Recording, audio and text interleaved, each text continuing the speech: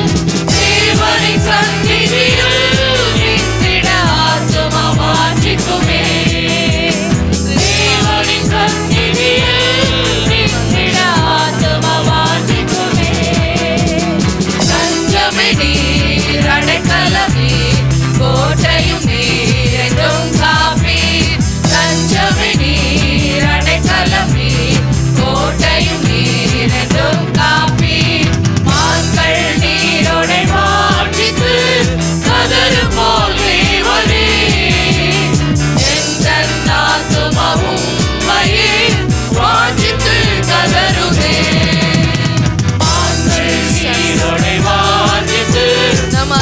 Baba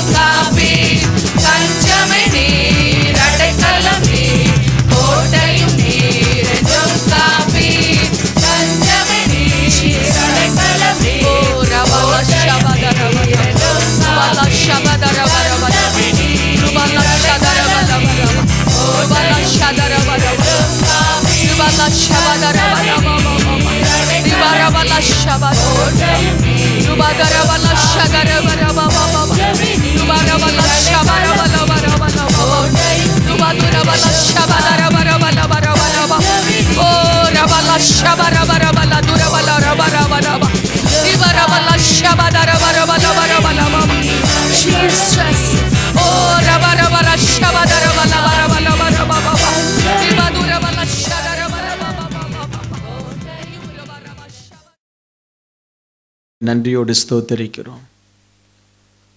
அப்பா, உம்முடைய பிரசன்னம் எங்களை நிரப்பட்டும். இந்த நாளை நீர் ஆசீர்வதியும், எங்களோடு நீர் பேசும். இயேசுவின் நாமத்தில் ஆமென். இந்த நாளிலே உங்களோடு நான் பேசும்படியாய் எனக்கு கொடுக்கப்பட்ட ஒரு வார்த்தை ஏற்ற நேரம். ஏற்ற நேரம், த ரைட் டைம். சொல்லுங்க, த ரைட் டைம், ஏற்ற நேரம். நம்முடைய வாழ்க்கையில் தேவனுடைய ஆசீர்வாதங்கள், தேவனுடைய திட்டங்கள் எல்லாவற்றிற்கும் ஒரு சரியான ஒரு நேரத்தை ஆண்டவர் வைத்திருக்கிறார். பிரசங்கி 3:1 அப்படி சொல்லுகிறது, ஒவ்வொன்றுக்கும் ஒரு காலம் உண்டு. ஒரு ஏற்ற நேரத்தை தேவன் தன்னுடைய பிள்ளைகள் வாழ்க்கையிலே அவர் வைத்திருக்கிறார். ஏற்ற நேரத்தில் தேவன் உன்னை ஆசீர்வதிக்க விரும்புகிறார். ஏற்ற நேரத்தில் தேவன் உன்னை உன் பிரச்சனையிலிருந்து வெளியே கொண்டு வர விரும்புகிறார். ஏற்ற நேரத்தில் தேவன் உன்னுடைய வாழ்க்கையில் ஒரு உயர்வை கொண்டு வர விரும்புகிறார். ஏற்ற நேரத்தில் தேவன் உனக்கு ஒரு திருமண வாழ்க்கையை தர விரும்புகிறார். ஏற்ற நேரத்தில் தேவன் உன்னை ஆசீர்வதிக்க விரும்புகிறார். எல்லாவற்றிற்கும் ஒரு காலம் இருக்கிறது. அதே நேரத்தில் நாமும் சில காலங்களை குறித்து நாமும் ஆண்டவருடைய சமூகத்தில் நம்ம நிர்ணயம் பண்ணி நம்முடைய வாழ்க்கையை நாம் நடத்தணும். எல்லா நேரமும் நம்ம சிரித்து கொண்டு இருக்க முடியாது. எல்லா நேரமும் நம்ம தூங்கி கொண்டு இருக்க முடியாது. எல்லா நேரமும் நம்ம விளையாடி கொண்டு இருக்க முடியாது. நாமும் நம்முடைய லைஃப்பில் சில நேரங்களை முக்கியப்படுத்தி நம்ம வாழ்க்கையை நடத்துகிறோம் இல்லையா? அதாவது நீங்கள் யார் தன்னுடைய நேரத்தை சரியாய் பயன்படுத்துகிறானோ அவன் ஞானம் உள்ளவன். யார் தன்னுடைய காலத்தை சரியாய் பயன்படுத்துகிறானோ அவன் ஞானம் உள்ளவன். வேதம் சொல்லுகிறது, விதைக்கிற காலத்தில் தூங்குகிறவன் அறுக்கிற காலத்தில் பிச்சை எடுப்பான். அப்படி தான் அவனுடைய நிலைமை இருக்கும். விதைக்கிற காலத்தில் விதைக்கணும், உழைக்கிற காலத்தில் உழைக்கணும், ஜெபிக்கிற காலத்தில் ஜெபிக்கணும், மனம் திரும்ப வேண்டிய காலத்தில் மனம் திரும்பணும். சரியா? அதை நாம் சரியாய் செய்யும் பொழுது வாழ்க்கை ஆசீர்வாதமாக இருக்கும். பாருங்கள், ஒரு வாலிப நாட்களில் இஷ்டம் போல் நம்ம வாழ்கிறோம். அநேக நண்பர்களை நம்ம வைத்துக்கொள்கிறோம். வாலிப வாழ்க்கை என்றாலே நண்பர்களோடு கூட வாழ்கிற ஒரு வாழ்க்கை. அதுதான் அந்த ஃப்ரெண்ட்ஷிப். வாலிப நாட்கள் நண்பர்கள் நிரம்பின ஒரு வாழ்க்கை. ஆனால் அதே திருமணம் ஆகும் பொழுது சில முக்கியமான நண்பர்களை வைத்துக்கொண்டு மற்ற நண்பர்களிடத்திலிருந்து நாம் கொஞ்சம் கொஞ்சமாக நம்ம ஒதுங்குவோம். கொஞ்சம் திருமணமாகி கொஞ்சம் நமக்கு அந்த ஒரு மெச்சூரிட்டி வரும் பொழுது சில்லறதனமாய் பழகுகிற நண்பர்களை விட்டு நம்ம விலகுவோம். ஏன்னா நம்ம கூட பலர் பழகியிருப்பாங்க நம்முடைய வாலிப நாட்களில். வாலிப நாட்களில் நல்ல படித்தவங்களும் இருந்திருப்பாங்க, சரியில்லாத ஆட்கள் நம்ம கூட பழகியிருப்பாங்க, நல்ல பெரிய கம்பெனியில் வேலை செய்கிற நண்பர்கள் இருப்பாங்க, ஒரு ஹோட்டலில் டீ கடையில் வேலை செய்கிற நண்பர்களும் இருப்பாங்க. ஆனால் அதே நாம் வளர்ந்து வரும் பொழுது, ஒரு மெச்சூரிட்டி வரும் பொழுது நாமளே பார்க்குறோம், இந்த நட்பு நமக்கு சரிப்படாது, இவனுடைய போக்கு நமக்கு சரிப்படாது என்று சில நட்புகளை நாம் என்ன செய்கிறோம், கட் பண்ணி விடுறோம். அப்போ தான் நம்ம முன்னுக்கு போக முடியும், நல்ல நிலைமைக்கு வர முடியும். ஆகவே இன்றைக்கு நாம் ஏற்ற நேரத்தில் ஏற்றதை செய்கிறவர்களாய் நாம் மாறணும். Price the Lord. ஆண்டவர் ஒரு ஏற்ற நேரத்தை வைத்திருக்கிறார். ஏற்ற நேரத்தில் நான் ஏற்ற காரியங்களை நான் செய்ய நான் பழகணும். பாருங்கள், இந்த பிரசங்கி 3வது அதிகாரம் 8வது வசனம் மிக அழகான ஒரு காரியத்தை சொல்லுகிறது. வாசிப்போமா? பிரசங்கி 3:8. சிநேகிக்க ஒரு காலம் உண்டு. ஒரு காலத்தில் நம்ம நட்புகளை வைத்துக்கொள்வோம்.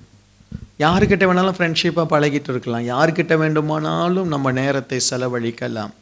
சிநேகிக்க ஒரு காலம், அது ஸ்கூல் டேஸ், காலேஜ் டேஸ், ஒருவேளை பேச்சுலர் லைஃப். அந்த நாட்களில் நமக்கு முக்கியம் சிநேகம்தான், பெரிய பொறுப்பு இல்லை. வேலைக்கு போகிறோம், இல்லாவிட்டால் வருகிறோம், ஃப்ரெண்ட்ஸுங்களோடு சுத்த போயிடுறோம். சரியா? அது ஓகே. ஏனென்றால் உனக்கு வேறு லைஃப் இல்லை. அப்பொழுது நீ அம்மா அப்பா கூட சுற்றிட்டு இருக்க முடியாது. அம்மா அப்பா அவர்களுடைய வேலையை செய்வார்கள். உன்னுடைய வாலிப நாட்களில் சிநேகிக்க ஒரு காலம் உண்டு. ஸோ உனக்கு நல்ல ஃப்ரெண்ட்ஸுங்க இருக்கலாம். அடுத்து சொல்லுகிறது பாருங்க, பகைக்க ஒரு காலம் உண்டு. சிநேகித்தவர்களையே பகைக்க ஒரு காலம் உண்டு. பகைக்கனா ஒரே அவங்களுக்கு விரோதமாய் போகல, அந்த சிநேகத்தை நாம் தள்ளிவிட ஒரு காலம் உண்டு. சில நேரத்தில் சில குடும்பத்தில் பிரச்சனைக்கு காரணமே தங்களுடைய சிநேகத்தை மாற்றி கொள்ளாததினாலே. இன்னும் எடுத்துக்கொள்வோமே, வேலை முடித்து வந்தவுடனே ஒரு காலம் இருந்திருக்கும், ஆக்கர் சென்டரில் உட்காந்து காஃபி குடிச்சிட்டு கண்ட கதையை பேசிட்டு ரொம்ப நேரம் கழித்து வீட்டுக்கு வர காலம் அதுன்னு, அது ஒரு லைஃப். அது அப்படி இருந்திருக்கும், ஏன்னா வேறு வேலை இல்லை உங்களுக்கு. ஆனால் அதே நீங்கள் திருமணமான பிறகு அதே மாதிரி ஆக்கர் சென்டரில் போய் உட்கார்ந்து உங்களுடைய மனைவி வீட்டில், உங்களுடைய பிள்ளைகள் வீட்டில் இருக்கும் பொழுது நீங்கள் ஆக்கர் சென்டரில் உட்காந்து கதை பேசிகிட்டு இருக்க முடியாதுன்னு அதை நம்ம வெறுக்கணும். ஏன்? அந்த லைஃப் முடிஞ்சிச்சு. பாஸ்டர், இந்த லைஃப்பை கண்டினியூ பண்ண என்ன ஆகும்? உன்னுடைய வாழ்க்கை ஆசீர்வாதமாக இருக்காது. உன் மனைவிக்கும் உனக்கும் பிரச்சனை வரும், உன் மனைவிக்கும் உனக்கும் போராட்டம் வரும். மனைவிக்கு இப்போ ஏன் லேட்டு? உங்களுக்கு உடனே கோபம் வரும், சண்டை போடுவீங்க, திரும்ப கீழே இறங்கி போயிடுவீங்க கோபத்தில், மிட் நைட் வருவீங்க. அப்படி ஆக ஆக உங்களுடைய லைஃப் உடைக்கப்பட்டு போகும். அப்போது சிநேகிக்க ஒரு காலம் சிநேகிச்சிட்டோம். நம்ம எல்லாருக்குமே சைல்ட்ஹுட் ஃப்ரெண்ட்ஸ்னால் ரொம்ப பிடிக்கும்னு. இப்போ நான் பாஸ்டராக இருந்தாலும் என்னை நீங்கள் ஒரு நாளும் பேர் கூட சொல்லி சிலர் கூப்பிடுறதில்ல, பாஸ்டர்னு கூப்பிடுறீங்க இல்லையா? சில தம்பிமார் அப்பான்னு கூப்பிடுறாங்க, அம்மா அப்பான்னு சொல்லி சில தங்கம்மார் கூப்பிடுறாங்க. ஆனால் என் சைல்ட்ஹுட் ஃப்ரெண்ட்ஸ் என்ன பாஸ்டர்னு கூப்பிட மாட்டாங்க. நான் எவ்வளோ பெரிய பாஸ்டராலும் என்ன தான் கூப்பிடுவான். பேரை சொல்லி கூப்பிட்டாலும் பரவாயில்ல, வாடா போடான்னு தான் கூப்பிடுவாங்க. என்ன வாடா போடான்னு தான் கூப்பிடுவாங்க. ஸோ அவங்கள திடீர்னு அவங்கள மாற்ற முடியாது. ஆனால் நம்முடைய லைஃப்பில் நம்ம முன்னேறி போக போக உங்களுடைய சூழ்நிலைகள் எல்லாம் மாறணும். ஸோ சில காலங்களை, சில நட்புகளை வெறுக்க நம்ம கற்றுக்கொள்ளணும். அப்புறமா வசனம் என்ன சொல்லுது? யுத்தம் பண்ண ஒரு காலம் உண்டு, சமாதானம் பண்ண ஒரு காலம் உண்டு. யுத்தம் பண்ண ஒரு காலம் உண்டு. சில நேரத்தில் சிலரோடு நாம் யுத்தம் பண்ண வேண்டி இருக்கும், சில நேரத்தில் அவர்களோடு கூட சமாதானம் பண்ண வேண்டியும் இருக்கும். நம்முடைய குடும்பத்தில் அப்படி இருக்கும். சில நேரம் நம்முடைய சகோதரர்களிடத்தில் நமக்கு பிரச்சனை வந்திருக்கலாம், அவங்களோடு நம்ம யுத்தம் பண்ணி இருக்கலாம், ஏதோ ஒரு காரணத்துக்காக சண்டை போட்டு இருக்கலாம். ஆனால் அந்த காலம் முடிந்து நாம் சமாதானம் பண்ண வேண்டிய காலத்துக்கு நம்ம வரணும். சிலர் மனைவியினிடத்தில் யுத்தம், பிள்ளைகளிடத்தில் யுத்தம், நண்பர்களிடத்தில் யுத்தம். அந்த காலம் முடிந்து சமாதானம் பண்ண வேண்டிய ஒரு காலம் உண்டு. சில நேரத்தில் சில இடத்துல யுத்தம் பண்ணாதான் நல்லது, அப்படி தான் இருக்கும். நீ யுத்தம் பண்ணவில்லை என்றால் அவர்கள் உங்களை மேற்கொள்வார்கள், இல்லாவிட்டால் அவர்களுடைய பிரச்சனை உங்கள் மேலே கொண்டு வருவாங்க. சில நேரத்தில் பாருங்கள், சில அண்ணனோ சில தம்பியோ நம்முடைய சரியாக வாழ மாட்டாங்க, சரியாக தங்களுடைய பணத்தை ஒழுங்குபடுத்த மாட்டாங்க, இஷ்டத்துக்கு கடன் வாங்கி தங்கள் வாழ்க்கையை கெடுத்து கொண்டு இருப்பாங்க. அவங்க வந்து உங்கள்கிட்ட பணம் கேட்டுகிட்டே இருப்பாங்க, நீங்கள் கொடுத்துட்டே இருப்பீங்க. ஒரு நேரம் வரும், யுத்தம் பண்ணுவீங்க, இனிமேல் என்னால் தர முடியாது, நீயாச்சு உன் வேலையாச்சு என்ன, அப்படி நம்ம பண்ணணும். நம்முடைய சபையில் ஒரு தம்பிக்கு நான் அப்படி சொன்னேன், யுத்தம் பண்ண சொல்லலை. அந்த தம்பியினுடைய குடும்பத்தார் தங்களுடைய பணத்தை விரயமாக்கி கொண்டிருந்தார்கள், யாரையோ நம்பி லட்சக்கணக்கில் செலவழித்து கொண்டிருந்தாங்க. அப்போ நான் சொன்னேன், அவங்க செய்கிறது சரியில்லை, நீ சொல்லு, உன்னுடைய பணத்தை அவர்கள் விரயமாக்குகிறார்கள், தயவுசெய்து உன்னுடைய பணத்தை நீ சேமித்து வை, எல்லாவற்றையும் அங்கே அனுப்பாத. ஒரு மகளும் என்னிடத்தில் வந்து சொன்னாள், எனக்கு வந்து நிறைய நகையெல்லாம் அம்மா அப்பா வீட்டில் கொண்டு போய் நான் வைத்தேன், பாருங்கள் எனக்கு தெரியாமையே என்னை நகையெல்லாம் அடகு வச்சுட்டாங்க. திருமண வயதில் இருக்கக்கூடிய ஒரு பெண். நான் சொன்னேன், நீ செய்கிறது தப்பு, உன் அம்மா அப்பா சரியில்லை அப்படின்னா, உன்னுடைய எதிர்காலத்தை அவர்கள் பொறுப்பிலே கொள்ளலை அப்படின்னா நீ என்ன செய்யணும், அவர்களுக்கு பணத்தை அனுப்புவதை நிறுத்தி உன்னுடைய எதிர்காலத்துக்காக நீ சேமித்து வை. அந்த பிள்ளை கண்ணீரோடு வந்து அழுறா, எத்தனையோ பவுன் நகையை நான் கொண்டு போய் அம்மா அப்பா கையில் கொடுத்தேன், அவங்க எல்லாவற்றையும் விரயமாக்கிட்டாங்க, என்னுடைய பல ஆண்டு உழைப்பு வீணாக போச்சு. அவங்களுக்கு தம் மகளுக்கு ஒரு திருமணத்தை உருவாக்கணும், தம் மகளை நல்ல இடத்துக்கு கொண்டு போகணும், அந்த எண்ணமே இல்லை. திருமணி அங்கே பணத்தை அனுப்பினால் அவர்கள் அதே மாதிரி செலவு பண்ணுவாங்க, நீ தான் கடைசியில் கஷ்டப்பட போகிறாய் என்று சொல்லி அந்த மகளுக்கு ஆலோசனை சொன்னேன். அந்த தம்பிக்கு அப்படி நான் ஆலோசனை சொன்னேன். என்ன நடந்தது, அவன் தாய் தகப்பனாச்சே பாருங்க, கொஞ்சம் கொஞ்சமாய் அவனுடைய பணம் சொத்து எல்லாம் அழிந்து 50 லட்சம் கடனில் கொண்டு போய் விட்டுட்டாங்க சொந்த அப்பா அம்மா அந்த தம்பியை. அவன் எவ்வளோ கஷ்டப்படுவான் பாருங்க. ஆகவே சில நேரத்தில் நாம் பகைக்கணும், ஞானமாய் பகைக்கணும். சில நேரத்தில் நம்ம யுத்தம் பண்ணணும். நீங்கள் செய்கிறது சரியில்லை, என்னால் உங்களுக்கு உதவி செய்ய முடியாது. அப்பா அம்மாவாக இருந்தாலும் சரி, அண்ணன் தம்பியாக இருந்தாலும் சரி, யுத்தம் பண்ணணும். இதுக்கு மேலே என்னால் தர முடியாது, உங்களுக்கு சாப்பாட்டுக்கு நான் பணம் அனுப்புவேன். என்ன நீங்கள் அந்த பணத்தை நீங்கள் சில நேரத்தில் சிலர் நீங்கள் அவ்வளவுதான் கஷ்டப்பட்டு வெளியில் சாப்பிடாமல் கொள்ளாமல் பணத்தை சேமித்து அனுப்புவீங்க. நீ இங்கே $2 ரொட்டி பரோட்டா சாப்பிட்டுட்டு நீ வேலை செய்வ, அவங்க சிக்கன் பிரியாணி மட்டன் பிரியாணி சாப்பிட்டு ஆயிரக்கணக்கில் செலவழிப்பாங்க. என்ன நம்முடைய கஷ்டம் உங்களுக்கு தெரிகிறதில்ல. என்ன சில நேரத்தில் சில ஆகாரத்தை நீங்கள் சாப்பிடாமல் ஸ்கிப் பண்ணுவீங்கன்னு. அவங்க வெளியில் போனால் அப்படி தான் ஆடம்பரம். என் பிள்ளை வெளிநாட்டில் இருக்கிறான். யுத்தம் பண்ண கற்றுக்கொள்ளணும். அதுக்கு பிறகு அவங்கள சிநேகிக்கவும் கற்றுக்கொள்ளணும். சரியா? கைவிட்டுறக்கூடாது.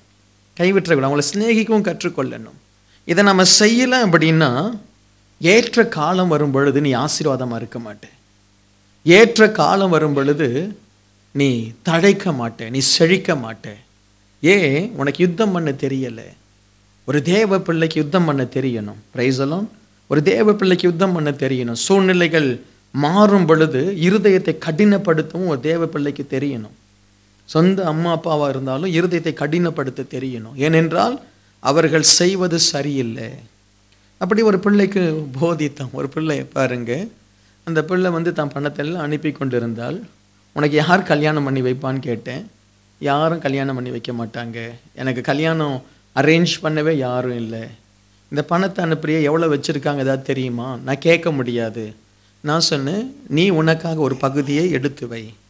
உன்னுடைய குடும்பத்துக்கு அனுப்புகிற பணத்தை கொஞ்சம் அனுப்பு, அவங்க சாப்பாடுற அளவுக்கு அனுப்பு. நீ உனக்கு தேவையானதை நீ சேர்த்து உனக்கு தேவையான நகையை வாங்கு, உனக்கு தேவையான பொருளை வாங்கு, சேமி என்று சொன்னேன். அவள் அப்படியே சேமித்தால் கல்யாணம் ஒழுங்கானது. அப்போ வீட்டாரத்துல கேட்டாங்கன்னா அவங்க சொல்கிறாங்க, எனக்கு எதுவும் பண்ண முடியாது, எங்ககிட்ட பணம் இல்லை, எங்ககிட்ட பொருள் இல்லை, கல்யாணம் எங்களுக்கு சொந்த மகளுக்கு, எங்களுக்கு கல்யாணம் பண்ண முடியாது, உன்னால் முடிஞ்சா நீ பார்த்துக்கோ. எப்படி இருக்கு? ஆனால் நல்ல வேளை அந்த பிள்ளைக்கு நாங்கள் ஆலோசனை கொடுத்ததினாலே அவள் தன் கல்யாணத்திற்காக கொஞ்சம் பணத்தை சேமித்தால், கொஞ்சம் நகையை வாங்கினால், இப்பொழுது அவளுடைய கல்யாணம் நடக்கக்கூடிய சூழ்நிலையில் அவள் இருக்கிறாள். பாருங்க, உனக்காக நீ யுத்தம் பண்ண கற்றுக்கொள்ளணும். ஒவ்வொரு மனுஷனுடைய வாழ்க்கையிலும் அவனுக்கு யுத்தம் பண்ண தெரியணும். மற்றவங்க போஸ்ட் பண்ணுற அந்த டைரக்ஷனில் நீ போகக்கூடாது. நீ செத்த மீன் அல்ல. சில நேரத்தில் நீ எதிர்நீச்சல் போட உனக்கு தெரியணும். பிரைஸ் எல்லாம். சில நேரத்தில் எதிர்நீச்சல் போட தெரியணும். சூழ்நிலையை பார்க்கணும். என்னுடைய குடும்பம் சரியான பாதையில் போதா, என் புருஷன் சரியான பாதையில் போகிறானா? சில நேரத்தில் மனைவி புருஷனோடு கூட யுத்தம் பண்ணணும். சும்மா விட்டுறக்கூடாது புருஷனை. அவன் செய்கிறதெல்லாம் தப்பாக இருக்குது, அவன் செய்கிற காரியங்கள்லாம் ஒழுங்கின்மையாக இருக்குது, உன்னுடைய சம்பளத்தையும் வாங்கி அவன் வீணாக செலவு பண்ணுறான் அப்படின்னு நீங்கள் பார்க்கும் பொழுது யுத்தம் பண்ணணும். நீங்கள் செய்கிறது சரியில்லை. ஒருவேளை அவன் முரட்டு மனுஷனாக இருந்தால் அவனோடு கூட நேரடியாக உங்களுக்கு யுத்தம் பண்ண முடியாவிட்டால் முழங்கால் யுத்தத்தை பண்ணுங்க. ஆண்டவரே, என் புருஷன் எல்லாவற்றையும் வீணாக்கி கொண்டிருக்கிறான், ஆண்டவரே என் புருஷன் எல்லாவற்றையும் செலவழித்து கொண்டிருக்கிறான்னு சொல்லி முழங்கால் யுத்தம் நம்ம பண்ணணும். யுத்தம் பண்ணுற ஒரு காலம் கட்டாயம் இருக்குது. நீ யுத்தம் பண்ணலை அப்படின்னா நீ தோற்று போவாய். ஒன்று ஜெபத்தில் யுத்தம் பண்ணணும், உன்னுடைய ஞானத்தினால யுத்தம் பண்ணணும், ஆலோசனையினால யுத்தம் பண்ணணும். ரைசலாம். சரில, இன்றைக்கி எத்தனை பேர் யுத்த வீரராக எழும்பி போக போகிறீங்களோ தெரியல. வீட்டில் போய் உங்கள் வீட்டுக்காரர் சட்டை பிடிச்சிடாதீங்க, பாஸ்டர் சொல்லி இருக்கிறார் யுத்தம் பண்ண சொல்லி. ஆனால் நம்ம அறிந்து கொள்ளணும், உங்களுக்கு ஆண்டவர் உங்களுக்கு அந்த ஞானத்தை கொடுக்கணும். சரியா? சிலருடைய வாழ்க்கை ஒழுங்கின்மையாய் போகும் பொழுது யாராவது ஒருத்தர் எழுந்து நிற்கணும், இது தவறு, நாம் இப்படி செய்யக்கூடாது, யாராவது ஒருத்தர் எழும்பி நிற்கணும். பிரைஸ் எல்லாம். அதே மாதிரி இந்த வாலிப பிள்ளைங்கள்லாம் கவனமாக இருங்க. சரியா? வாலிப தம்பிமாரெல்லாம் நீங்கள் பணத்தை அனுப்புறீங்க, என்ன செய்கிறாங்கன்னு கேளுங்க, கணக்கு கேளுங்க.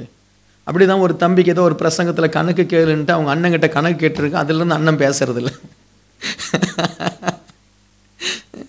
ஐயா தம்பி அனுப்பிட்டே இருக்கிறியே, என்ன பண்ணுற, என்னாச்சு, உன் பணம் என்னாச்சு, கொஞ்சம் விசாரிடா அப்படின்னா, நீ அனுப்புனதில் எல்லாம் சரியாக போச்சு, இன்னோட உனக்கும் எனக்கும் பேச்சுவார்த்தை இல்லை, இதோட முடிஞ்சது, அட்லீஸ்ட் இனிமேலாவது அவன் சேவ் பண்ணுவான்ல. என்ன யோசித்து பாருங்க. சில நேரத்தில் நம்ம யுத்தம் பண்ணணும், எல்லாவற்றுக்கும் ஒரு காலம் உண்டு. சில நேரம் நம்ம அமைதியாய் போய் கொண்டிருக்கிற காலம், சில நேரம் யுத்தம் பண்ணுகிற காலம், அதுக்கப்புறம் சமாதானப்படுத்திக்கணும். பிரைஸ் எல்லாம் அதுதான் ஞானம்.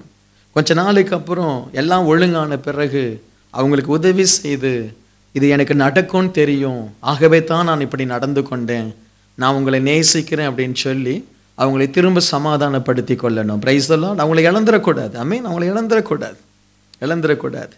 பாருங்க, ஆண்டவர் எப்படி நம்முடைய வாழ்க்கையில காரியங்களை செய்கிறார்.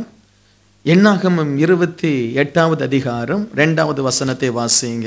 எனக்கு உகந்த வாசனையாக தகன பலிகளுக்கு அடுத்த காணிக்கையையும் அப்பத்தையும் குறித்த காலத்தில் எனக்கு செலுத்தும்படிக்கு கவனமா இருக்க கடவீர்கள் என்று நீ இஸ்ரவேல் புத்திரருக்கு கட்டளையிடு. எனக்கு காணிக்கையையும் அப்பத்தையும் குறித்த காலத்தில் செலுத்தும்படி எப்படி இருக்கணுமா? அவ்வளோ கவனிங்க, முக்கியமான பாயிண்ட். எனக்கு காணிக்கையையும் தசம பாகத்தையும் அப்பத்தையும் எப்போ செலுத்தணுமா? சத்தமாக சொல்லுங்க, வாசித்தீங்களா இல்லையா? ஆண்டவர் உங்களை ஆசீர்வதிக்கணும் அப்படின்றோம் இல்லை? நிறைய பேர் என்னை ஆண்டவர் ஆசீர்வதிக்கணும். இந்த வசனம் எனக்கு ரொம்ப ஆச்சரியமாக இருந்தது. ஆண்டவர் சொல்கிறாரு, உன் இஷ்டத்துக்கு எனக்கு நீ காணிக்கை செலுத்தக்கூடாது, நீ நினைக்கும் பொழுது எனக்கு காணிக்கை செலுத்தக்கூடாது, குறித்த காலத்தில் எனக்கு காணிக்கையையும் அப்பத்தையும் செலுத்து. குறித்த காலத்தில் இஸ்ரவேல் ஜனங்களுக்கு பழைய ஏற்பாட்டில் ஆண்டவரே குறிச்சிட்டார். நீங்கள் அந்த அதிகாரத்தெல்லாம் வாசித்தீங்கன்னா, எப்பப்பெல்லாம் நீ பலியிடணும், எப்பெல்லாம் நீ காணிக்கை கொண்டு வரணும், எப்பெல்லாம் நீ அந்த புளிப்பில்லாத அப்ப பண்டிகை நீ கொண்டாடணும், எப்போ பஸ்கா பண்டிகை கொண்டாடணும், எந்த நாட்களில் எப்படிப்பட்ட காணிக்கை கொண்டு வரணும், நான் சொன்னபடி குறித்த காலத்தில் நீ காணிக்கை செலுத்து. ஆண்டவருக்கு காணிக்கையை குறித்த காலத்தில் நம்ம செலுத்தணும். பிரைஸ் எல்லாம். சில நேரத்தில் உங்களுடைய கரங்களில் தேவன் காணிக்கை சம்பளத்தை நீங்கள் வாங்கினவுடன் மற்றதுக்கெல்லாம் செலவு பண்ணிட்டு கடைசியாக தேவனுக்கு கொண்டு வராதீங்க. முதல் அந்த சம்பளம் எடுத்த உடனே சிலர் நான் பார்த்துருக்கிறேன், அந்த ஏடிஎம் கார்டில் அவங்க அந்த பணத்தை எடுக்கும் பொழுது முதல்ல அந்த எவ்வளவு தசம பாகமோ அதை மட்டும் எடுப்பாங்க, எடுத்து அதை ஒரு கவரில் வைத்திருப்பாங்க. சிலர் தங்களுடைய கவர்லேயே, தங்களுடைய பேக்லேயே தசம பாகம் கவரை வைத்து முதல்ல குறித்து கர்த்தருக்கு முதல் என்று சொல்லி குறித்த காலத்தில் நீ உன்னுடைய காணிக்கையை செலுத்தணும்.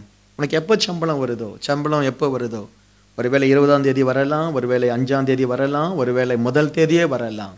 ஆனால் ஒரு தேவ பிள்ளை குறித்த காலத்தில், நான் சொல்லல, ஆண்டவர் சொல்றார், என்ன குறித்த காலத்தில் உன் காணிக்கையை செலுத்து, குறித்த காலத்தில் உன்னுடைய தசம பாகத்தை செலுத்து, குறித்த காலத்தில் பண்டிகையினுடைய அறுப்பின் பண்டிகையை கொண்டாடு, குறித்த காலத்தில்.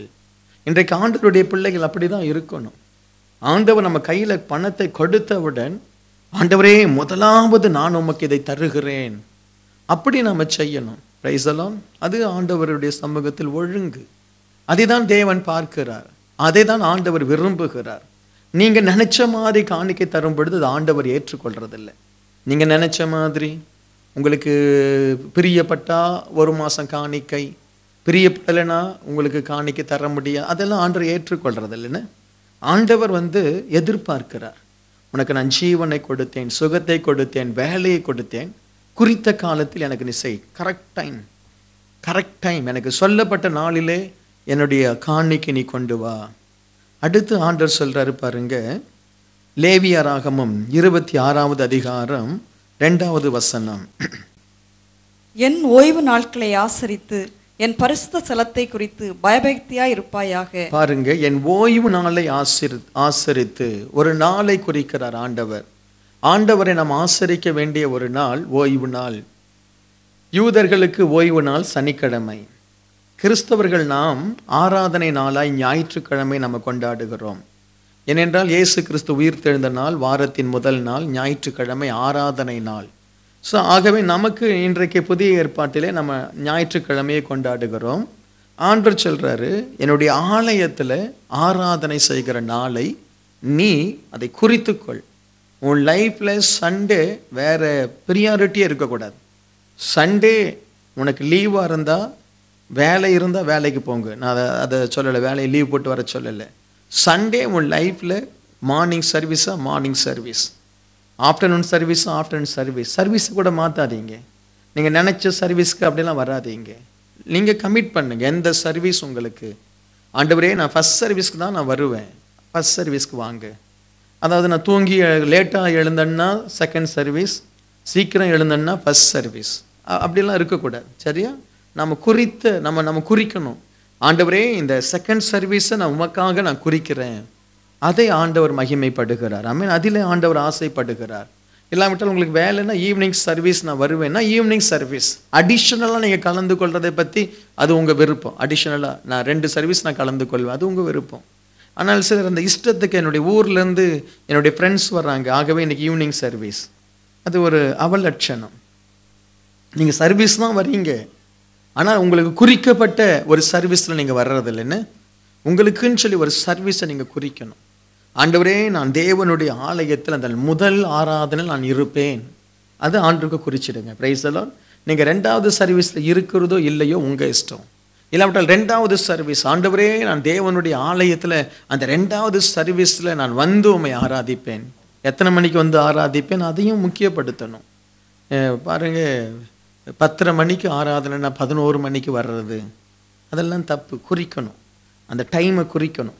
நான் 10:30 மணிக்கு ஒரு 5 நிமிஷம் முன்னாடி போய் என் தேவனை நான் கனப்படுத்துவேன். நம்ம இஷ்டம் போல் தேவனை ட்ரீட் பண்ண முடியாது. we cannot treat God as we like. அவர் ஒரு உன்னதமானவர், தெய்வம், பரிசுத்தமானவர். வானத்தை, பூமி, நட்சத்திரங்கள், காலங்களை எவ்வளவு ஒழுங்காக அவர் வச்சிருக்கிறாருன்னு நாம் அவருடைய ஆராதனை நம்ம வருவதற்கு, ஆண்டவரே நான் இந்த நேரத்தில் வந்து உம்மை நான் ஆராதிப்பேன். அதுதான் தானியேல் செய்தான். தினமும் அவன் குறிப்பிட்ட நேரத்தில் ஆண்டவரை ஆராதித்தான். தேவனுக்கு அது பிடித்திருந்தது, குறிப்பிட்ட நேரத்தில் ஆராதித்தான். ஸோ நம்ம டைம் ரொம்ப முக்கியம், நம்முடைய டைம். ஸோ நம்ம சில நேரத்தில் இஷ்டத்துக்கு நம்ம மாற்றிடுறோம். சில நேரத்தில் ஏன் 3 ஆராதனை வைக்கிறோம்? ஒரே ஆராதனை என்ன, அது இடம் இருந்தால் வந்து உள்ள ஆராதனை செய், அப்படி மாறலாம். ஆனால் நாம் உங்களுடைய சௌகரியத்திற்காக 3 ஆராதனை. ஆனால் நீங்கள் நிர்ணயம் பண்ணணும், நான் இந்த ஆராதனையிலே தேவனை ஆராதிப்பேன். Price the Lord. அப்போ அப்படி தான் நம்ம ஆண்டவரை ஆராதிக்கணும். சில நேரத்தில் என்ன ஆகிடுது, இந்த 2-3 சர்வீஸ் ஆராதிக்கும் பொழுது கூட இந்த ஃபஸ்ட் சர்வீஸ் முடித்தவங்க செகண்ட் சர்வீஸை ரொம்ப ஒரு மாதிரி அற்பமாக நடந்துக்குவாங்க. அந்த சர்வீஸில் அங்கே நடக்கிறதுன்னு, இங்கே நடக்கிறதுன்னு, அங்கே போய் பார்க்குறது, இங்கே, ஏன்னா அவங்க ஏற்கனவே எந்த சர்வீஸ் அட்டன் பண்ணிட்டாங்க? ஃபஸ்ட் சர்வீஸ் அட்டன் பண்ணிட்டாங்க. ஆகவே செகண்ட் சர்வீஸ் அவங்களுக்கு என்ன இல்லை, இம்பார்ட்டன்ட் இல்லை. தயவுசெய்து வீட்டுக்கு போயிடு, அந்த இடத்துல வந்து ஒரு டிஸ்டர்ப் பண்ணாதே. என்ன சொல்கிறேன், அந்த செகண்ட் சர்வீஸில் அது அவ்வளோ ஒரு முக்கியமான ஆராதனை. நான் தான் ஃபஸ்ட் சர்வீஸ் அட்டன் பண்ணிட்டேனே, செகண்ட் சர்வீஸில் நான் என்ன வேணாலும் செய்துக்கலாம். அப்படி இருக்கக்கூடாது. Price the Lord. நான் சொல்கிறது விளங்குதான்? அப்படி இருக்கக்கூடாது. நம்ம ஒவ்வொரு ஆராதனைக்கும் முழு கவனத்தை நம்ம செலுத்தணும். ஒவ்வொரு ஆராதனையிலும் நம்ம முழுசு ஆண்டவரை நம்ம ஆராதிக்கும் பொழுது, உன்னுடைய காணிக்கையை நீ குறித்த காலத்தில் செலுத்து, என்னுடைய ஆராதனையை ஒழுங்காய் நீ செய். அப்பொழுது நான் என்ன செய்வேன்னா, அதே லேவியராகமம் 26ஆம் அதிகாரம் 2வது வசனத்தை வாசித்து 4வது வசனத்தை வாசிங்க. என் ஓய்வு நாட்களை ஆசரித்து என் பரிசுத்த ஸ்தலத்தை குறித்து பயபக்தியாய் இருப்பாயாக. நான் கர்த்தர். நான் ஏற்ற காலத்தில் உங்களுக்கு மழை பெய்ய பண்ணுவேன். பூமி தன் பலனையும் வெளியிலுள்ள மரங்கள் தங்கள் கனியையும் கொடுக்கும். பாருங்க, நான் ஏற்ற காலத்தில், நீ தேவனுக்கென்று குறித்த காலத்தில் செய்யும் பொழுது தேவன் ஏற்ற காலத்தில் உண்மையில் மழையை பெய்ய பண்ணுவாராம். Price the Lord. ஆண்டவர் பார்க்கிறாரு, நீ என் காரியத்தில் நீ குறிப்பாய் சரியாய் நடந்து கொண்டால் நான் ஏற்ற காலத்தில் உனக்கு நான் மழையை நான் கட்டளையிடுவேன். ஏற்ற காலத்தில் மழையை கட்டளையிடும் பொழுது பூமி தன் பலனை கொடுக்கும். உபாகமம் 11 வசனம் 14 வாசிங்க. நீ உன் தானியத்தையும் உன் திராட்சரசத்தையும் உன் எண்ணெயையும் சேர்க்கும்படிக்கு நான் ஏற்ற காலத்தில் உங்கள் தேசத்தில் முன்மாரியையும் பின்மாரியையும் பெய்ய பண்ணி. பாருங்க, ஆண்டவருடைய வசனம் சொல்றாரு, நீ என்னுடைய காரியத்தில் என்னுடைய நேரத்தில் நீ சரியானதை செய்தால் நீ உன்னுடைய பலனை அனுபவிக்கும்படி, உன்னுடைய தானியத்தை நீ நீ அடுக்கும்படி உனக்கு நான் முன்மாரியையும் பின்மாரியையும் ஏற்ற காலத்தில் தருவேன். மழைக்கு ஆண்டவர் ஒரு குறிப்பிட்ட காலத்தை வைத்திருக்கிறார். அந்த காலம் மாறிடுச்சுன்னு வைங்களேன், ரொம்ப நஷ்டம். ரொம்ப நஷ்டம்னு இந்த வயலில் வேலை செய்கிறவங்க பாருங்க, அந்த வானத்தின் மழையை நம்பி விதைக்கிறார்கள். இந்த காலத்தில் இந்த பருவத்தில் மழை பெய்யலைன்னா அவங்களுக்கு ஏராளமான நஷ்டம். அதே போல் தேவ பிள்ளையே, உன் லைஃப்பில் ஏற்ற காலத்தில் உனக்கு மழை பெய்யலை அப்படின்னா உன்னுடைய ஜீவியத்தில் நிறைய நஷ்டத்தை நீ அனுபவிப்பாய். உங்களுக்கு தெரியாது, உங்களுக்கு ஏற்ற காலத்தில் ஒரு திருமணம் ஆகலைன்னா சில நஷ்டங்கள் உன்னுடைய லைஃப்பில் இருக்கும். உனக்கு ஏற்ற காலத்தில் உனக்கு வேலை கிடைக்கலன்னா சில நஷ்டங்கள் உன்னுடைய லைஃப்பில் இருக்கும். உனக்கு ஏற்ற காலத்தில் உனக்கு ப்ரொமோஷன் வரலைன்னா சில நஷ்டங்கள் இருக்கும். அப்போ அந்த நஷ்டம் நமக்கு தெரியாது, ஆனால் அது நஷ்டமே, அது திரும்ப வராது. அப்போ நம்முடைய லைஃப்பில் ஏற்ற காலங்களில் ஆசீர்வாதம் வரணும் அப்படின்னா தேவனுடைய காரியத்தில் நீ சரியாக இருக்கணும். இன்றைக்கு அநேகர் அதுதான் பார்த்தீங்கன்னா, ஒரு 35 வயசில் எஸ்டாப்ளிஷ் ஆகிறவங்க 55 வயதில் எஸ்டாப்ளிஷ் ஆகுறாங்க. என்ன 20 வருஷத்தை அவங்க நஷ்டப்படுத்தி போட்டுடுறாங்க. ஒரு 10 ஒரு என்ன சொல்வது, ஒரு 30 வருஷத்தில் ஒரு 35-40 வயதில் வீடு கட்ட வேண்டியவங்க 60 வயதில் வீடு கட்டுறாங்க. ரிட்டையர்மெண்ட் ஆகிற நேரத்தில் வீடு கட்டுறாங்க. அது வரைக்கும் வாடகை வீட்டில் கஷ்டப்படுறாங்க. ஏன்? உன் மேலே ஏற்ற காலத்தின் மழை பெய்யலை, ஏற்ற காலத்தின் மழை பெய்யலை. அப்போ அந்த ஏன் ஏற்ற காலத்தின் மழை உன் மேலே பெய்யலை? நீ தேவனை ஏற்ற விதத்தில் நீ கனப்படுத்தலை. இன்றைக்கு புரிந்து கொள்ளுங்க, தயவு செய்து புரிந்து கொள்ளுங்க. ஏன் பாஸ்டர் என் லைஃப்பில் எல்லாமே டிலே ஆகுது? ஏன்னா நீ ஆண்டவருடைய காரியத்தில் ரொம்ப டிலேயாக நடந்துக்கிற. ஏன் பாஸ்டர் எல்லாமே என் வாழ்க்கையில் தாமதமாக தான் வருது, எது வந்தாலும் ஒரு நிறைவா இல்லையே? ஏன்? நீ ஆண்டவருடைய காரியத்தை சரியா நீ செய்யலை. நம்முடைய ஆண்டவர் கணக்கு பார்க்கிற ஒரு ஆண்டவர். கண்ணீரை கூட கணக்கு பார்க்கிறார். ஆமே, கண்ணீரை கூட கணக்கு பார்க்கிறார். ரொம்ப கணக்கு பார்ப்பார். இதை செய்தா இதை செய், தராசிலே வைத்து உன்னை நான் குறை கண்டேன். நம்முடைய ஆண்டவர் கணக்கு பார்க்கிற ஒரு தெய்வம். ஆகவே ஆண்டவரை நீங்க எப்படி ட்ரீட் பண்றீங்களோ அப்படிதான் உங்க லைஃப்ல உங்களை ஆண்டவர் ஆசீர்வதிப்பார். கிருபையின் காலம்தான், ஆனாலும் நம்ம ஆண்டவர்கிட்ட விளையாட முடியாது. Price the Lord. தயவு செய்து ஏற்ற காலத்தின் ஆசீர்வாதம் வரணும்னா ஏற்ற காலத்தில் என்ன செய்யணுமோ செய். அதுவும் உடனே உனக்கு முன்மாதிரி வந்தது தானா வயல் நிலம் விளைஞ்சிடாது. நீ கஷ்டப்பட்டு உழைக்கணும், நீ விதைக்கணும், நீ நீர் பாய்ச்சணும், நீ அதை பாதுகாக்கணும், நீ அதை பராமரிக்கணும். அப்பதான் அந்த வயல் உனக்கு அறுவடை நேரத்தில் அது ஆசீர்வாதமா இருக்கும். ஆண்டவர் சொல்றாரு, நீதிமொழிகள் 12:11, தன் நிலத்தை பயிரிடுகிறவன் ஆகாரத்தினால் திருப்தி அடைவான், வீணரை பின்பற்றுகிறவனோ மதியற்றவன். தன் நிலத்தை பயிரிடுகிறவன் ஆகாரத்தினால் திருப்தி அடைவான். ஏற்ற காலத்தில் மழை பெய்யுது, நிலம் சரியா இருக்கு, ஆனா நீ பயிரிடணுமே. Price the Lord. பயிரிடணுமே.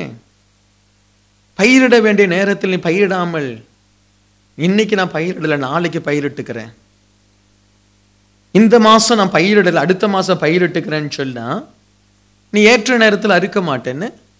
சில நேரத்தில் இன்றைக்கு நீ ஜெபிக்கல அப்படின்னா நாளைக்கு எப்படி நீ அறுவடை செய்வ? இன்னைக்கு நீ ஆண்டவருக்கு என்று ஊழியம் செய்யலைன்னா நாளைய தினத்தில் எப்படி உன்னை ஆண்டவர் பெரிய லெவலில் உன்னை உயர்த்த போறாரு? யோசித்து பாருங்க. என்ன இன்னைக்கு நீ செய்ய வேண்டியதை செய்ய தவறும் பொழுது உன்னுடைய ஆசீர்வாதத்தின் காலங்கள் தவறி போகும். இல்லாமட்டா ஒரு சீசனே உனக்கு இல்லாமல் போயிடும். ஒரு சீசன், எனக்கு தெரியல எந்த மாதம், தை மாதம் அறுவடை செய்வாங்கன்னு நினைக்கிறேன். அப்படி தானே?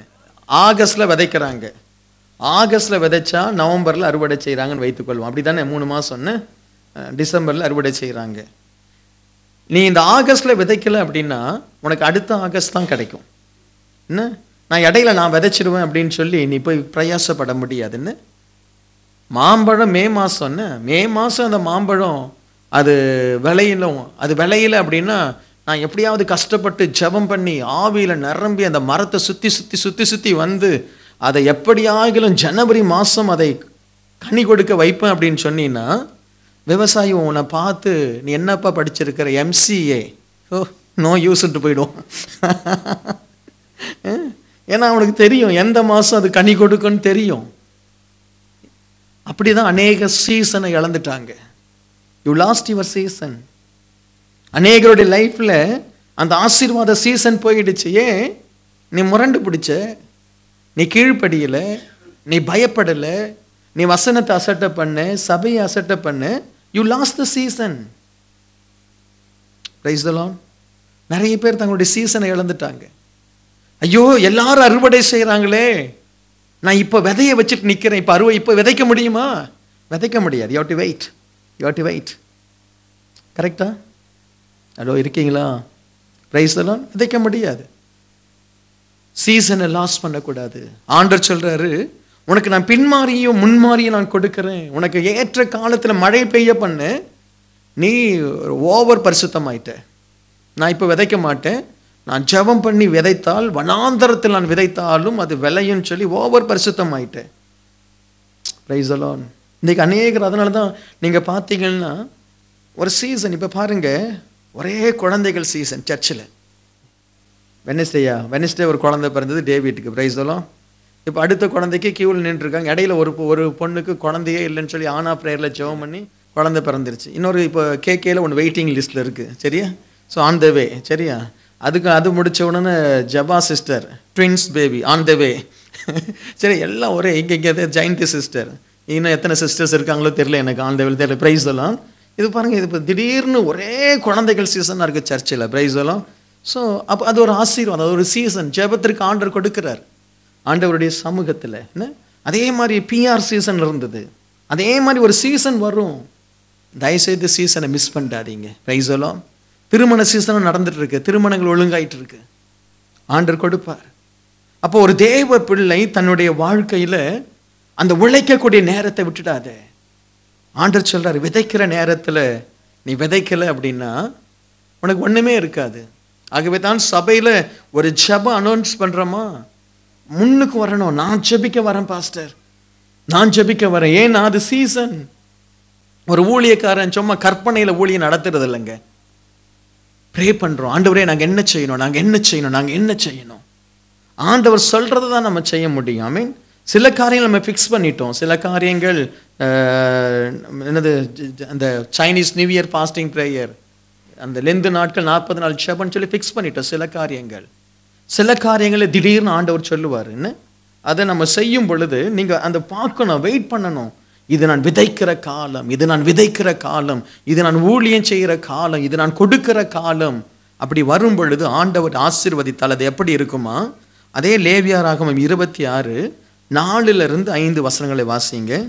ஏற்ற காலத்தில் உங்களுக்கு மழை பெய்ய பண்ணுவேன். நான் ஏற்ற காலத்தில் உங்களுக்கு மழை பெய்ய பண்ணுவேன். பூமி தன் பலனையும் வெளியிலுள்ள மரங்கள் தங்கள் கனியையும் கொடுக்கும். திராட்சை பழம் பறிக்கும் காலம் வரைக்கும் போரடிப்பு காலம் இருக்கும். பாருங்க, ஆண்டவர் எப்படி ஆசீர்வதிப்பாரா? திராட்சை பழம் பறிக்கிற காலம் வரைக்கும் போரடிக்கிற காலம் இருக்கும். விதைப்பு காலம் வரைக்கும் திராட்சை பழம் பறிக்கும் காலம் இருக்கும். விதைக்கிற வரைக்கும் திராட்சை பழம் பறிக்கிற காலம் இருக்கும். நீங்கள் உங்கள் அப்பத்தை திருப்தியாக சாப்பிட்டு, அப்பத்தை திருப்தியாய் சாப்பிட்டு உங்கள் தேசத்தில் சுகமாய் குடியிருப்பீர்கள். உங்கள் தேசத்தில் சுகமாய் குடியிருப்பீர்கள். தேசத்தில் சமாதானம் கட்டளையிடுவேன். பாருங்க, ஆண்டவர் சொல்றாரு, விதைக்கிற காலம் வரைக்கும் போரடிக்கிற காலம் இருக்கும், திராட்சை பழம் பறிக்கிற காலம் வரைக்கும் அறுவடை காலம் இருக்கும். எப்படியும் ஆண்டவர் சொல்றாரு பாருங்க. அப்போ ஆண்டவர் என்ன திரும்ப சொல்றாரு? நம்மளை பிஸியா இருக்க சொல்றாரு. பிரைஸ் எல்லாம். ஒரு தேவ பிள்ளை பிஸியா இருக்கணும். நமக்கு சோம்பல் லைஃபே கிடையாது. நாம சும்மா உட்காந்து ரெஸ்ட் பண்ணலான்னு இருக்கவே கூடாது. நம்முடைய லைஃப் பிஸியா இருக்கணும். ஆண்டவருக்கு ஊழியம் செய்யணும், குடும்பத்தோடு நேரத்தை செலவழிக்கணும், வேலையில் நல்லா செய்யணும். ஆண்டவர் ஆசீர்வதித்து கொண்டே இருப்பார். இந்த உலகத்தில் இருக்கிற வரைக்கும் நம்ம பிஸியாக இருக்கணும். சாகும் பொழுது பிஸியாக செத்துடணும். அது இழுத்துட்டு இருக்கக்கூடாது, டொயின்னு இழுத்துட்டு இருக்கக்கூடாது. சரியா? சார் திடீர்னு ஒரு படுக்கையில் ஏறினோமா, அடுத்து 1 or 2 டேஸில் ஆண்டவர் கூப்பிட்டுடணும். பிரைஸெல்லாம் போயிடணும், டாட்டா காமிச்சிட்டு போயிடணும். பிஸியாக இருக்கணும் லைஃப். அல்லேலூயா, பிரைஸெல்லாம். ஆமென். பிஸியாக இருக்கணும். யாருமே லேசியாக இருக்கவே கூடாது. நம்ம உழைத்து கொண்டே இருக்கணும். எனக்கு மண்டே ஆனால் எனக்கு பிரச்சனையினால் மண்டே என்னை சர்ச்சுக்கு வரக்கூடாதுன்னு சொல்லி சிஸ்டர் எனக்கு ஆர்டர் போட்டிருக்காங்க. நீங்கள் மண்டே மட்டும் சர்ச்சுக்கு போயிட்டீங்களா இருக்குன்னு சொல்லி. ஏன்னா நான் என்னுடைய சரீர பலவீனத்தை குறித்து ரெஸ்ட் எடுக்கணும்னு சொல்லி நான் அப்படி இப்படி பேசி அப்படி மதியானத்துக்குள்ளே இங்கே வந்துடுவேன். சரி, வந்து எனக்கு சர்ச்சில் இருக்கிறதை போல் ஒரு சுகம் வேறு எங்கேயும் இல்லை. பிரைஸ் எல்லாம் வீட்டில் இருக்கு. வீட்டு எனக்கு சந்தோஷமான வீட்டை ஆண்டவர் கொடுத்து அதற்காக நான் நன்றி செலுத்துக்கிறேன். ஆமென். ஆனால் நம்ம பிஸியாக இருக்கணும். தேவ பிள்ளை ரெஸ்ட் எடுக்கிறது பரலோகத்தில் தான் இருக்கணும். ஆமென். அல்லேலூயா. அந்த அளவுக்கு தேவன் உன்னை ஆசீர்வதிப்பாராம். நீ திராட்சை பழம் பறித்து கொண்டு இருக்கும் போதே வந்து சொல்லுவாங்க, பிரதர் அறுவடைக்கு வயல் ரெடி ஆயிடுச்சு, அங்கே போய் வேலை செய்யுங்க, அதுக்கு ஆள் அரேஞ்ச் பண்ணுங்க. நீங்கள் சொல்ல இங்கே தான் திராட்சை பழம் பறித்துட்டு இருக்கனே, நான் எங்கே அறுவடைக்கு போகிறது? அந்த அளவுக்கு உங்களை ஆண்டவர் ஐஸ்வர்யத்தினாலும் நன்மையினாலும் திருப்தி ஆக்குவார். ஏன்? நீ கர்த்தருக்கு முதலிடம் கொடுக்கணும். ஆண்டவர் சொல்றாரு, கலாத்தியர் 6:9 பாருங்க. கலாத்தியர் 6:9. நன்மை செய்கிறதில் சோர்ந்து போகாமல் இருப்போமாக, நாம் தளர்ந்து போகாதிருந்தால் ஏற்ற காலத்தில் அறுப்போம். நன்மை செய்வதில் சோர்ந்திடவே கூடாது. நன்மை செய்தல் நம்ம சோர்ந்துடாமல் இருந்தால் ஏற்ற காலத்தில் அறுத்து கொண்டே இருப்போம். நம்மளுடைய லைஃப்ல அறுவடை இருந்து கொண்டே இருக்கணும். இதெல்லாம் ஆண்டவர் நமக்கு செய்யற. நன்மை செய்வதில் சோர்ந்துடாத. ஒருத்தருக்கு நன்மை செய்கிறோம், தீமை வருது, சோர்ந்துடாது. அடுத்த ஆளுக்கு நன்மை செய். பாருங்க, சங்கீதம் 102:13 ஆண்டவர் சொல்றாரு, தயவு செய்யும் காலம் குறித்த நேரமும் வந்தது.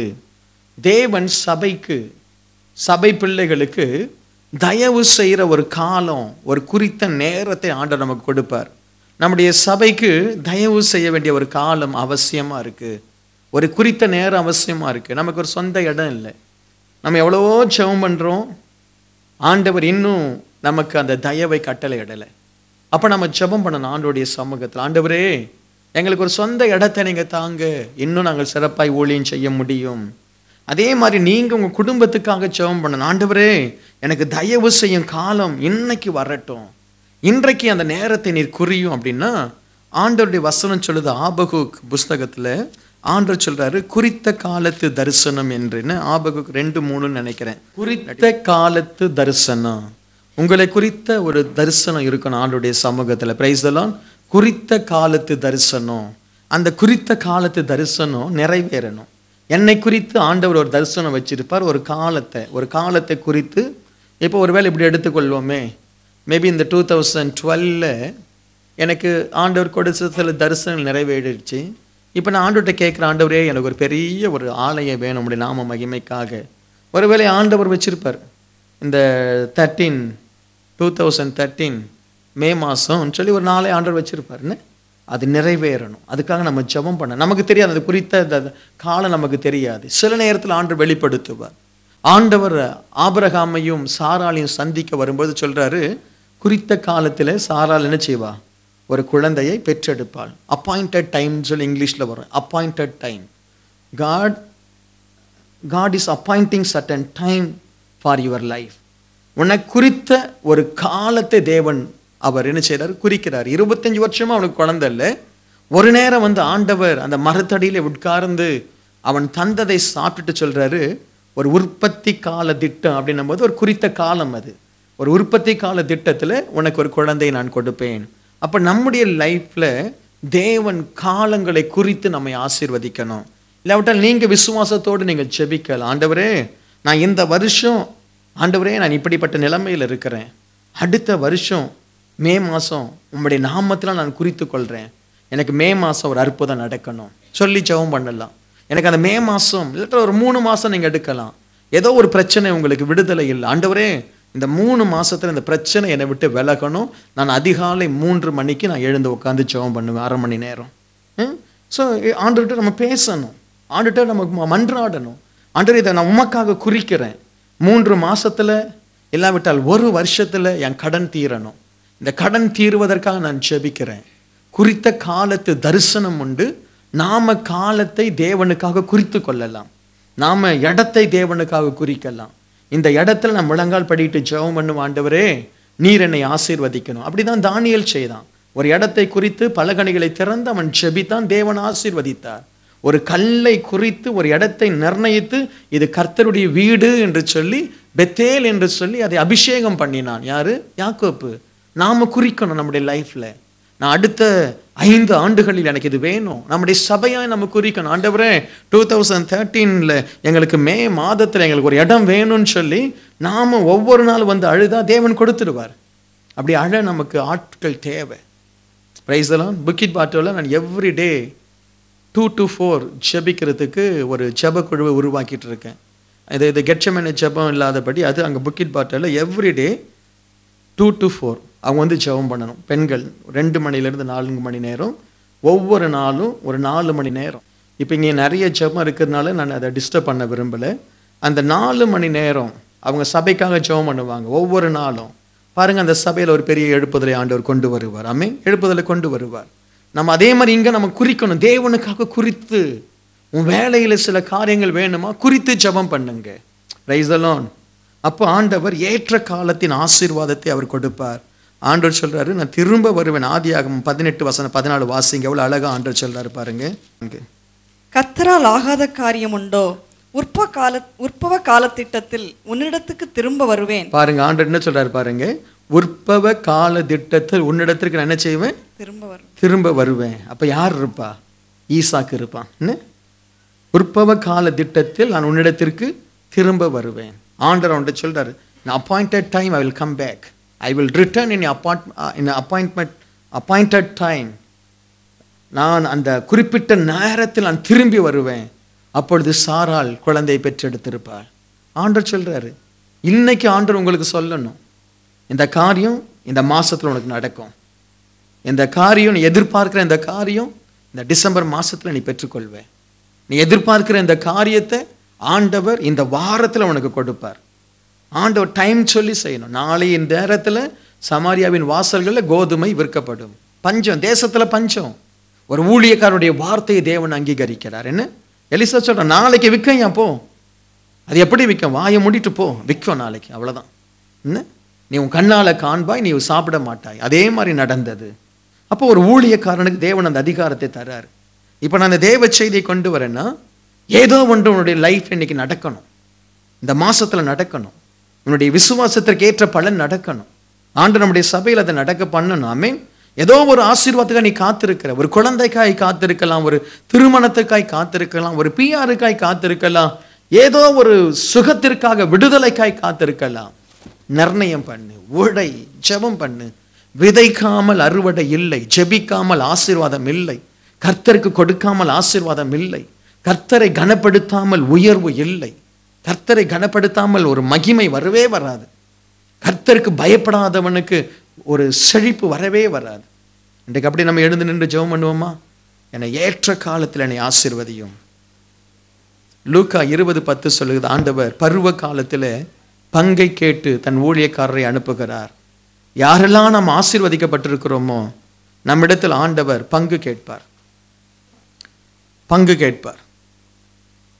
உன்னை நான் ஆசீர்வதித்து வச்சேன்னு, என்னுடைய பங்கு எங்கே?